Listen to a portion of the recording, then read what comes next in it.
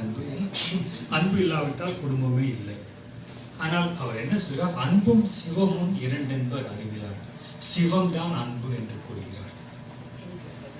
இன்னொரு பாடல் அதே திருமூலர் கூறுகிறார், சீவன் என்ன சிவன் என்ன வேறு இல்லை, சீவனார் சிவனாரை அறிந்திட்டில்லை, சீவனார் சிவனாரை அறிந்தபின் சீவனார் சிவனாய் அமர்ந்திருப்பாரே என்று கூறுகிறார். ஜீவனுக்கும் சிவனுக்கும் வித்தியாசம் இல்லை, ரெண்டும் ஒன்றுதான் என்று கூறுகிறார். இப்ப சிவபெருமான் பல படங்களை நீங்க பார்த்துக்கலாம், தியானத்தில் இருப்பதை இல்லையா? அந்த சீவன் அந்த சீவனிலே சிவன் இருக்கிறார், அதுதான் சொல்லப்படுது. அதனால உண்மையான அன்பு வேணும்னால் நீங்க அந்த சீவன்ல இருக்கிற சிவனுக்கு போகணும்.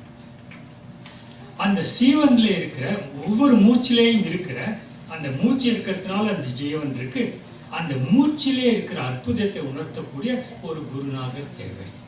அந்த குருநாதரிடம் போய் பிறகு சிவபெருமான் செய்கிற மாதிரியே நீங்கள் உள்ளே உங்கள் கவனத்தை செலுத்தி அந்த மூச்சிலே இருக்கிற அந்த சிவன் அந்த கடவுளிடம் போக வழி இருந்தால் உண்மையான அன்பு என்னன்னு தெரியும். அந்த உண்மையான அன்பு இருக்கிற போது கணவன் மனைவியிடம், உதாரணமாக கணவன் மனைவி எடுத்துக்கூடாது, உண்மையான அன்பு இருக்கும்போது கணவன் மனைவியிடம் எதையும் எதிர்பார்க்க மாட்டார், மனைவி கணவனிடம் எதையும் எதிர்பார்க்க மாட்டார். ஏன்? ஏற்கனவே உண்மையான அன்பு இருக்கு. அவர்களிடம் பிச்சை எடுக்க வேண்டாம், ஏன்னா நாமே நிரம்பி வழிந்து கொண்டிருக்கிறோம். அப்படி இல்லைன்னா ஒரு பெரிய பிரச்சனை வருது. அப்படி இல்லைன்னு வச்சுக்கொள்ளுங்கள், உள்ளே அன்பு இல்லைன்னா நீங்கள் அன்பு கொடுங்கள்னு அவரிடம் கேட்கறது, அவர் அன்பு கொடுங்கள்னு குழந்தையிடம் அன்பு கேட்கறது.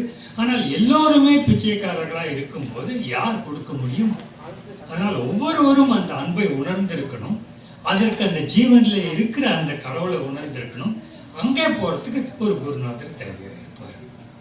பல வருஷங்களுக்கு முன்னால் எனக்கு ஒரு குருநாதர், நான் ஒரு இடம் போனேன், பல இடங்களே அலைந்து திரிந்தேன், பல முறைகள் சொன்ன மாதிரி பல முறைகளை பயிற்சி செய்தேன். ஆனால் ஒரு குருநாதர் இல்லாமல் பயிற்சி செய்தால் ஒரு பலனும் இல்லை. ஏன்னா கேள்வி யாரிடம் கேட்பது? பழைய காலத்து பக்தர்கள் பலரையும் எடுத்துக்கொண்டு அவர்கள் சொன்னதெல்லாம் படித்து கொண்டிருந்தேன்னா அதே மாதிரி முயற்சியும் செய்தேன். ஆனால் உள்ளே அந்த உயிரோடு உயிராக மூச்சோடு மூச்சாக இருக்கிற அந்த ஜீவன், அந்த சிவன், அந்த கடவுளிடம் போக வழி தெரியல. கடைசியில் மகராஜி என்று ஒருவர் வந்து வழி சொல்லி தந்தார். அவர் கூறுவது என்னன்னா, நீங்கள் யாராக இருந்தாலும் என்ன செய்து கொண்டிருந்தாலும் சந்தோஷம் சாந்தியை உள்ளே அனுபவிக்கலாம். தேடுங்கள், எங்கே கிடைக்கிறத எடுத்துக்கொள்ளுங்கள், யாரு கொடுத்தாலும் எடுத்துக்கொள்ளுங்கள். எங்கேயும் கிடைக்கலன்னா நான் உங்களுக்கு உதவி செய்ய தயாராக இருக்கிறேன். அதுதான் சொல்றேன். என்னிடம் தான் வரணும்னு அவர் சொல்றதுல நீங்கள் தேடுங்கள், ஆனால் உள்ளே இருக்கிற அந்த ஜீவன்ல இருக்கிற அன்பை உணருங்கள். அந்த அன்பின் வாயிலாக நடா என்று சொல்லுகிறார் அவர். அந்த இதை பல வருஷங்களுக்கு முன்னால் நான் பல இடத்தையும் தேடி கிடைக்கல. கடைசியில் அவரிடம் கேட்டேன், வழி சொல்லித்தார்கள்னு. அவர் வழியை சொல்லித்தந்தார். அதன்படி தினமும் பயிற்சி செய்து கொண்டு வருகிறார். இப்போ இந்த மாதிரி ஒவ்வொரு வருஷமும் ஒரு 50,000 பேர் அவரிடம் வழி எடுத்துக்கொண்டு பயிற்சி செய்கிறார். அவர் தன்னிடம்தான் வரணும்னு சொல்றது, வந்தால் வழி சொல்லிக்கிறேன்னு சொல்றார். அந்த வழியை தெரிந்து கொள்றதுக்காக குடும்பத்தை விடணும்னோ இதை விடணும்னோ அதை விடணும் அவர் ஒன்றும் சொல்றது இல்லை. அவர் சொல்றார், நீங்க எப்படி இருக்கு, அவருக்கே குடும்பம் இருக்குது, எப்படி இருக்கிறீங்களோ இருங்கள். ஆனா உள்ளத்துல உண்மையிலே அந்த தாகம், அந்த விருப்பம், நானும் அந்த அற்புதத்தை உணரணும், எனக்குள்ளே ஜீவனோடு ஜீவனா இருக்கிற அந்த ஆனந்தத்தை உணரணும், அந்த பரம்பொருளை அனுபவிக்கணும்னு அந்த விருப்பம் மட்டும் உண்டா போதும், நான் வழி சொல்லிக்கிறேன்னு சொல்றேன். ஸோ நேரம் முடிஞ்சு போச்சு, நான் இப்போ நிறுத்திக் கொள்றேன். யாருக்காவது இதை பத்தி இன்னும் மேலே தெரிந்து கொள்ளணும்னா சில டிவிடிக்கள் எல்லாருக்கும் இலவசமாக இருக்கு, அவருடைய புத்தகங்கள் இருக்கு, அவருடைய சொற்பொழிவு, அதை பாருங்கள். பார்த்து கொண்டு பிறகு உங்களுக்கு நீங்களே சிந்தித்து பாருங்கள் அவர் என்ன சொல்றார் அப்படின்னு. அப்புறம் இந்த கதையை பற்றி கொஞ்சம் சிந்தித்து பாருங்கள், இது ரொம்ப முக்கியம். அந்த முன்னாடி சொன்ன கதை, ஏன்னா நான் ரொம்ப நாள் யோசிச்சது உண்டு, கடவுளை வந்து நின்னால் என்ன கேட்பேன்னு. அது அவ்வளோ சுலபமான பதில் இல்லை. இப்போ இருக்கிற பிரச்சனை தீர்க்கத்தான் பார்ப்போமே தவிர பிரச்சனையே இல்லாத ஒரு இடத்துக்கு போகிறது வழியை கேட்க மாட்டோம். அந்த தெளிவை கொடுக்கக்கூடிய குருநாதர் ஒரு ஆசான். அந்த குருநாதர்னு ஒருவர் இருக்கும்போது அப்புறம் வாழ்க்கையிலே மிக நிம்மதியாக வாழலாம். ஏன்னா ஒருத்தருடைய துணை இருக்கு.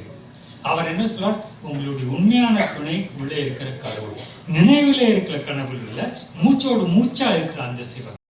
இப்போ பல இடங்கள்ல நீங்க பார்த்துப்பீர்கள், ஆனந்த தாண்டவம் சிவன் ஆடுறாருன்னு.